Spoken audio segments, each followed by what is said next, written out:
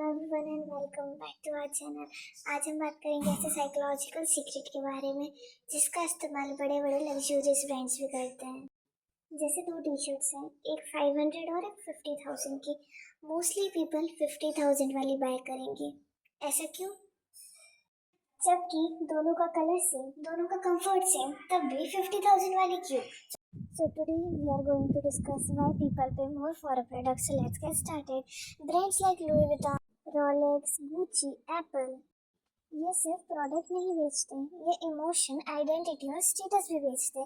The psychology behind the expensive brands are Chapter 1. People don't buy products, they buy feelings. अगर आपके पास enough money है और मैं आपसे एक क्वेश्चन पूछूं, आपके सामने दो वॉचेस है, एक 1000 और एक 10 लाख, दोनों सेम टाइम बताती है, बिल्कुल सेम है, बट स्टिल लोग 10 लाख की वॉच खरीदेंगे। ऐसा क्यों? इंसान हमेशा लॉजिक से नहीं डिसीजन लेता, कई बार इमोशन से भी खरीदता है। लग्जूरियस ब्रांड को बहुत अच्छे से पता होता है कि वो प्रोडक्ट नहीं बेचते हैं, वो बेचते हैं feelings, feeling of success, feeling of confidence और feeling of being different. Chapter 2. The power of status. हम सब चाहते हैं लोग हमें नोटिस करें, ये इंसान की साइकोलॉजी का हिस्सा है। So this is the reason why people purchase a luxurious brands for social status and for symbols. Chapter 3. Scarcity creates desire. क्या आपने कभी सुना है ओनली 100 पीसेस आर अवेलेबल या फिर लिमिटेड एडिशन? इन सब चीजों की वजह से अचानक वही प्रोडक्ट हमें बहुत वैल्यूएबल लगता है, क्योंकि हमारा दिमाग रेयर चीजों को ज्यादा इंपॉर्टेंस देता है। इसे साइकोलॉजी में स्कैरसिटी इफेक्ट कहते हैं। बट लग्जूरियस ब्रांड जानबूझकर कम प्रोडक्ट्स क्यों बनाते हैं? ताकि डिमांड हमेशा सप्लाई से ज्यादा रहे, और जब कोई चीज किसी के पास नहीं होती है तो लोग उसकी डिमांड ज्यादा करते हैं। चैप्टर 4. Price changes perceptions. अब एक एक्सपेरिमेंट इमेजिन कीजिए, आपके पास दो चॉकलेट है, एक 20 रुपए की और एक 500 की, और दोनों का टेस्ट लगभग सेम है। मोस्टली लोग 500 रुपए वाली चॉकलेट को ज्यादा बेटर बताएंगे। ऐसा क्यों? क्योंकि हमारा ब्रेन मानता है high price equals to better quality.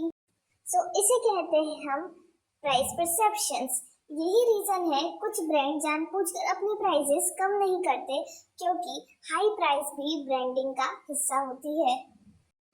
Chapter 5. Story telling sells more than advertisement. एक ब्रांड सिर्फ लोगों से फेमस नहीं होता है, स्टोरी उसे मेमोरेबल बनाती है। जब लोग किसी ब्रांड की जर्नी, वैल्यू और पर्पस जानते हैं तो वो इमोशनली कनेक्ट हो जाते हैं, और जब कस्टमर इमोशनली कनेक्ट हो जाते हैं तो वो एक बार प्रोडक्ट नहीं, बार बार प्रोडक्ट्स खरीदते हैं। Remember this line, fact makes people think, story make people buy. Chapter 6. Why Apple feel different.